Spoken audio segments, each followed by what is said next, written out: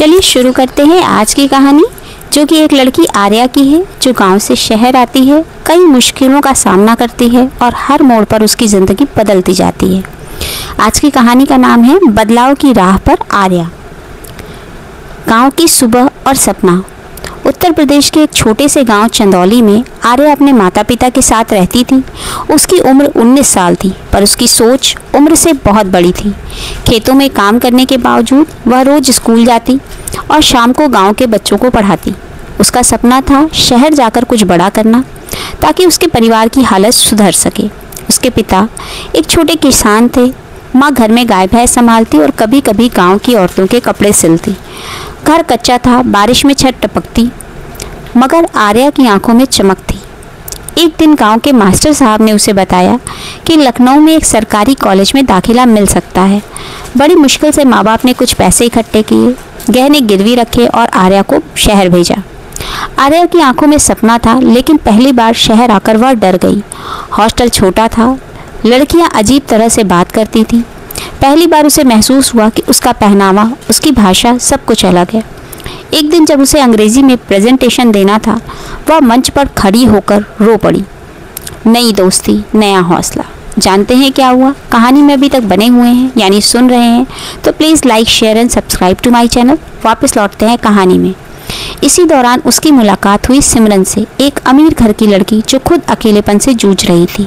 सिमरन ने आर्या को न सिर्फ अंग्रेजी सिखाई, बल्कि आत्मविश्वास भी दिया। सिमरन ने कहा, तू गांव से आई है, पर तेरे अंदर आग है, इसे बुझने मत देना। आर्या ने मेहनत की, हर दिन आईने के सामने प्रैक्टिस की, किताबों में खुद को डुबो दिया। 1 साल बाद उसने कॉलेज की टॉप 3 स्टूडेंट में जगह बना ली। तभी गांव से एक खबर आई, उसके पिता की तबीयत अचानक बिगड़ गई थी। उसे तुरंत वापस जाना पड़ा। डॉक्टर ने कहा कि इलाज महंगा है, घर में पैसे नहीं थे। आर्या ने अपने गहने बेच दिए, कॉलेज से ब्रेक ले लिया और एक ट्यूशन सेंटर में पढ़ाना शुरू कर दिया। दिन भर वह पढ़ाती, रात को अस्पताल जाती। धीरे धीरे पिता की हालत ठीक होने लगी, पर इस दौरान आर्या खुद अंदर से टूट चुकी थी। 1 साल बाद जब वह वापस कॉलेज लौटी, अब सब कुछ बदल गया था। सिमरन की शादी हो चुकी थी और वह अब दिल्ली जा चुकी थी। आर्या अब अकेली थी, पर मजबूत थी। उसने खुद को पूरी तरह पढ़ाई में झोंक दिया। कॉलेज की एक प्रतियोगिता में उसने भाषण दिया, गांव की बेटी, शहर की पहचान, और वह वायरल हो गया। सोशल मीडिया पर लोग उसकी सराहना करने लगे। नौकरी और असली ज़िंदगी की शुरुआत। चलिए जानते हैं आगे क्या हुआ। कॉलेज खत्म होते ही उसे एक अच्छी मल्टीनेशनल कंपनी में नौकरी मिल गई। पहली तनख्वाह से ही उसने घर की मरम्मत करवाई, माँ को नया चूल्हा दिलवाया और पिता को हर महीने की दवाइयों की सुविधा। पर शहर की नौकरी आसान नहीं थी। बॉस रूखा था, ऑफिस में राजनीति थी और किराया बहुत ज़्यादा। कई बार उसने सोचा छोड़ दूं, पर हर बार माँ की आवाज़ याद आती, बेटी तू हमारे लिए रोशनी है। अगर कहानी अभी तक सुन रहे हैं तो कहानी को लाइक करना मत भूलिएगा और साथ ही साथ चैनल को सब्सक्राइब भी कर दीजिएगा और बेल आइकन में ऑल पर टिक कर दीजिएगा। इसी तरह के और भी बहुत अच्छे से वीडियो हैं मेरे चैनल पे, तो विज़िट करना मत भूलिएगा। चलिए बढ़ते हैं कहानी में। एक दिन उसने खुद से वादा किया, अब मैं किसी के भरोसे नहीं रहूँगी। उसने यूट्यूब पर अपना चैनल शुरू किया, गाँव की आर्या। वहाँ वह ग्रामीण लड़कियों को पढ़ाई, आत्मनिर्भरता और शहर की चुनौतियों के बारे में बताने लगी। धीरे धीरे उसका चैनल मशहूर होने लगा, ब्रांड्स उससे जुड़ने लगे, गांव की लड़कियां उससे प्रेरणा लेने लगी। परिवार का बदला हुआ जीवन। अब वह हर महीने इतना कमा रही थी कि अपने गांव में एक लाइब्रेरी खुलवा सकी। माँ को अब खेत में काम नहीं करना पड़ता था, पिता को अच्छे इलाज की सुविधा थी।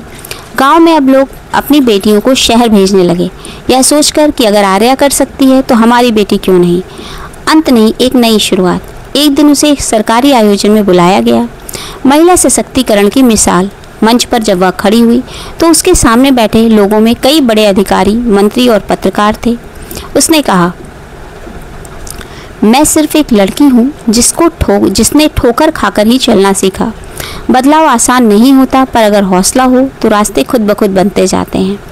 तालियों की गूंज में वह मुस्कुरा रही थी, उसकी आंखें नम थी, पर अब वह आंसू कमजोरी के नहीं, जीत की पहचान थे। तो कैसी लगी आज की कहानी? Please like, share and subscribe to my channel, और चैनल पर एक बार विजिट करना मत भूलिएगा। तो मिलते हैं नई कहानी में। धन्यवाद दोस्तों।